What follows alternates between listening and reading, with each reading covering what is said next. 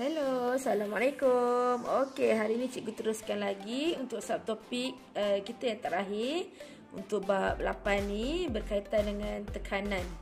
Okey, so sebelum cikgu ajar tajuk ini dengan lebih lanjut, jom cikgu tunjuk contoh dulu apakah yang dimaksudkan. Okey, sekarang cikgu nak tunjuk pada you all tentang perkara yang berkaitan dengan konsep tekanan. So sekarang kita dekat rumah kan. So hari ni cikgu bersiaran daripada dapur je lah.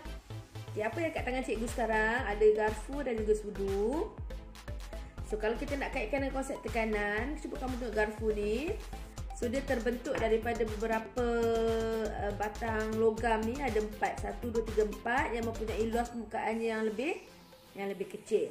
Okay, sekarang ni cikgu kat tangan cikgu ada sudu yang ada satu saja round macam ni, yang mempunyai luas permukaan yang lebih besar berbanding dengan permukaan garfu tersebut. So kalau secara logiknya, cikgu dah secara logik yang memang kamu dah tahu dah, kalau dia mempunyai luas permukaan yang kecil, so kamu akan tahu dia akan mempunyai tekanan yang lebih besar. Okey, dan kalau dia mempunyai luas permukaan yang lebih besar macam ni, so tekanannya lebih kecil. Okey, jom cikgu tunjuk. Cikgu nak proofkan pada kamu berkaitan konsep tekanan ni. Okey, sekarang kita tunjuk macam mana garfu dan juga sudu ni bertindak. Okey, dekat meja cikgu ni dah ada kuih tiaw goreng yang cikgu goreng pagi tadi. So macam mana cara dia bertindak? Okey, cikgu tunjuk pada kamu. Yang ni adalah garfu mempunyai luas permukaan yang kecil. Bila luas permukaan dia kecil, so tekanannya lebih tinggi. So, kita try cucuk pada kuih tiaw ni. Okey, kamu akan nampak kuih tiaw ni boleh melekat macam ni. Okey, tetapi kalau kita menggunakan sudu, kita try cucuk. So apa jadi pada kuih tiaw tersebut? Tak ada satu pun yang melekat padanya. Bermaksud kalau permukaan yang lebih kecil, so tekanan yang dikenakan tu lebih tinggi. Bila tekanan dia lebih tinggi, dia akan mencengkam dengan lebih kuat. Okey? So, apa tunggu lagi? Kita ngap lah ya.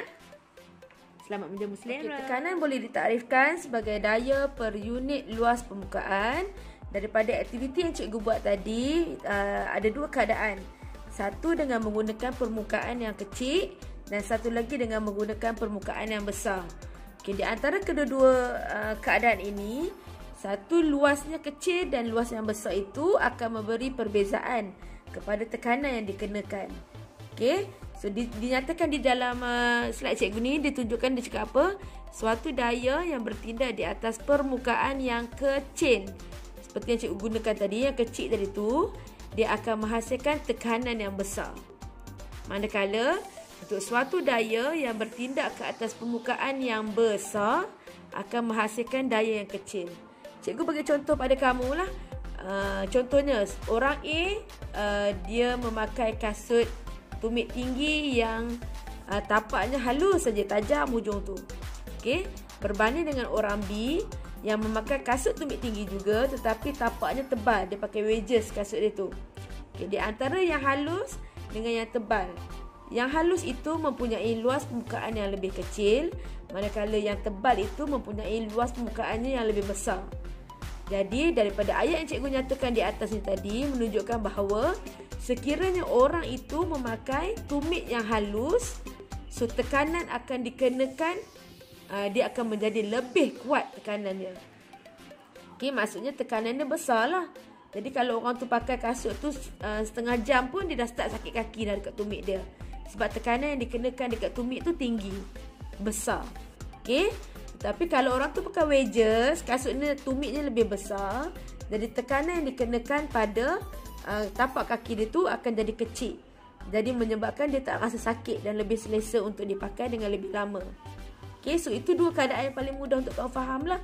Okey, refer juga pada contoh yang cikgu bagi sebelum ni. So itu juga adalah contoh yang menunjukkan bahawa tekanan itu berbeza sekiranya permukaan itu luasnya berbeza. Apa dia contoh-contoh aplikasi tekanan yang ada dalam kehidupan kita? Cikgu bagi contoh dulu untuk tekanan yang rendah. So kalau kamu tengok dekat tapak kaki gajah, you just imagine lah kalau gajah tu mempunyai tapak kaki yang halus.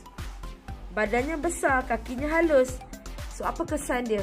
Dia boleh mengakibatkan bahawa ada berlaku tekanan yang tinggi kalau kakinya kecil. Sebab tu Allah dah jadikan tapak kaki gajah tu bersaiznya besar. Okey.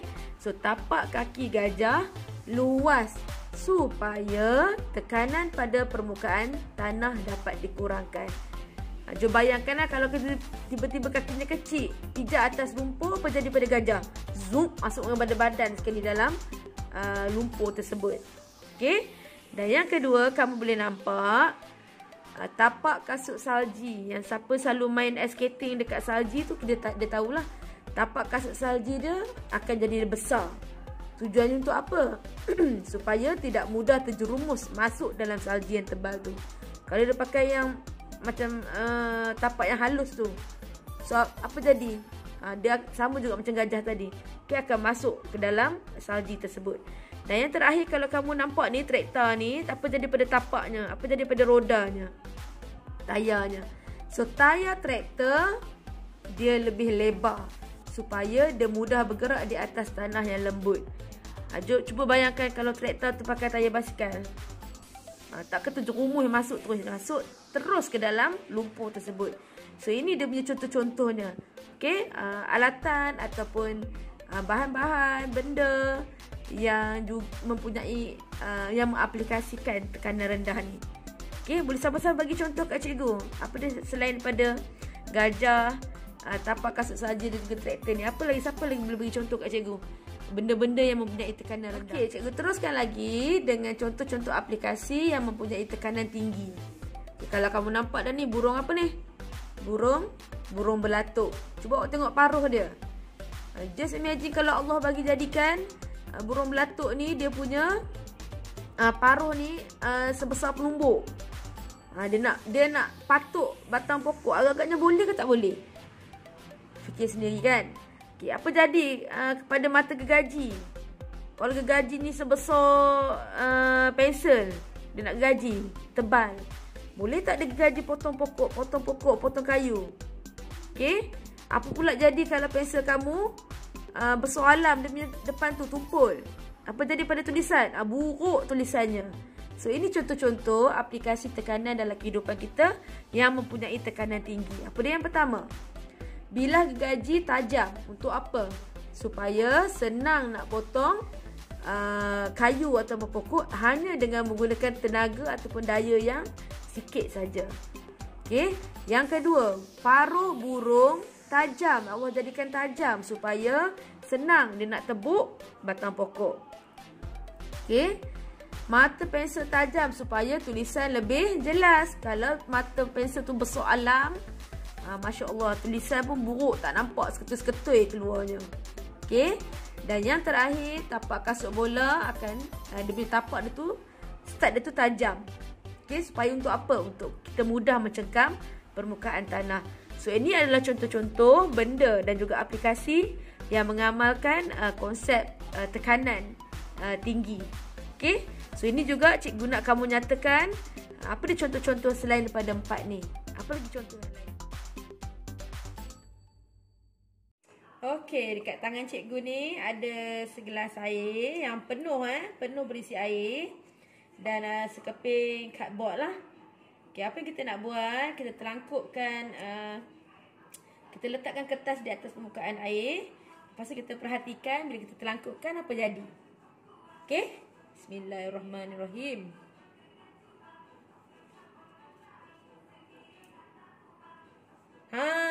Apa jadi? Air tak jatuh, cardboard masih di bawah. Okey, sekarang cikgu nak terangkan pula berkaitan dengan tekanan gas. Okey, kamu dah belajar dah sebelum ni macam mana susunan zarah di dalam pepejal, cecair dan gas. So ini adalah tekanan yang berlaku di dalam gas. Jadi gas itu disusun dengan berjauhan di antara satu sama lain. Bila dia berjauhan di antara satu sama lain, so zarah itu akan bergerak dengan rawak. So kita nak tengok apa yang berlaku kepada tekanan gas. Okey, molekul-molekul udara sentiasa bergerak bebas dan melanggar dinding bekas. So, cikgu dah beritahu pun sebelum ni, kamu dah tahu dah. Okey, zarah itu sentiasa bergerak secara rawak. Bila dia berada di dalam suatu bekas, zarah itu juga masih bergerak. bila banyak pelanggaran berlaku di dinding, dia akan menghasilkan satu daya tolakan. Kekerapan pelanggaran antara molekul udara dengan dinding bekas akan menghasilkan daya tolakan pada dinding. Dan daya yang bertindak ke atas permukaan bekas itu kita panggil sebagai tekanan udara ataupun tekanan gas. Okey, ada beberapa faktor yang mempengaruhi tekanan udara, iaitu yang pertama adalah isi padu. Kalau kamu tengok yang pertama ini, isi padunya banyak. Yang keduanya isi padunya kurang. Dan isi padu yang ketiga ni yang paling sikit, isi padu udaranya. Okey. Kita tengok apa jadi. Jika udara dimampatkan, maksudnya daripada duduk jauh macam ni sampai macam ni. Jika udara dimampatkan dengan mengurangkan isi padu suatu bekas, zarah-zarah udara akan lebih kerap melanggar dinding bekas. Jadi kalau kamu tengok dalam gambar rajah ni, bila dalam keadaan besar isi padunya, dia duduk jauh-jauh. Semakin kecil, dia jadi lebih rapat. Bila lebih rapat, apa jadi? Dia berlanggar dengan lebih laju, betul tak? So, lagi rapat, dia akan berlanggar dengan lebih kerap dan lebih cepat. Okey? Ini menyebabkan berlakunya tekanan udara. Jadi, menunjukkan bahawa sekiranya bekas itu adalah bekas yang tertutup, kita kurangkan isi padunya. Semakin kecil isi padu bekas tertutup tersebut, tekanan akan semakin bertambah. Okay, so ini adalah untuk bekas yang tertutup ya, bukan bekas yang berlubang. Okay, untuk bekas yang tertutup, kalau semakin lama semakin kita mampatkan, tekanan dalam udara itu akan menjadi semakin bertambah. Okay, kita pergi yang kedua. Faktor-faktor yang mempengaruhi tekanan udara yang kedua ialah suhu. Okey, yang pertama kita tengok, satu belon diletakkan di dalam bekas yang berais dan satu lagi kita letak di dalam bekas air didih. So kalau ada dalam bekas yang berais, bermaksud ini adalah suhu yang rendah. So kalau dalam bekas air didih, so kamu tahu dah air didih adalah air yang panas, jadi ini adalah suhu yang tinggi. Okey, ni kalau cikgu tak ajar pun kamu dah tahu, cikgu rasa. Kalau letak belon dalam air mendidih, apa jadi pada belon? Belon akan meletup. Bagi cikgu reason, inference. Kenapa belon tersebut akan meletup? Kaitkan dengan tekanan udara. Okey, apabila suhu bertambah, iaitu di dalam air didih, zarah-zarah akan bergerak dengan lebih cepat. Jadi bila dia bergerak dengan lebih cepat, dia akan berlanggar dengan dinding belon dengan lebih kerap, menyebabkan berlakunya tekanan udara akan meningkat di dalamnya. Okey. Suhu bertambah menyebabkan tekanan udara bertambah. Semakin lama berlaku pelanggaran, semakin kuat dia berlanggar pada dinding belon, tekanan di dalam belon akan menjadi lebih tinggi sehingga boleh juga mengakibatkan belon tersebut akan meletup. Okey. Okey, apa jadi pula kalau kita letak dalam bekas berais? Okey, kalau tadi dia dalam air mendidih, dia bergerak dengan lebih laju, tapi kalau dalam bekas berais, dia akan bergerak dengan lebih perlahan. Sama kamulah. Waktu panas bukan main lagi melompat berlari-lari kan? Tapi bila dalam keadaan yang sejuk, hari hujan, apa jadi? Semua slow, semua tarik selimut. Sama juga macam zarah-zarah di dalam udara. Bila dalam kawasan yang berais atau dalam keadaan yang sejuk, zarah akan bergerak dengan lebih perlahan. Bila bergerak dengan lebih perlahan, dia tak berlanggar dengan dinding. Kesannya ialah dia akan menyebabkan tekanan di dalam belon itu semakin berkurangan.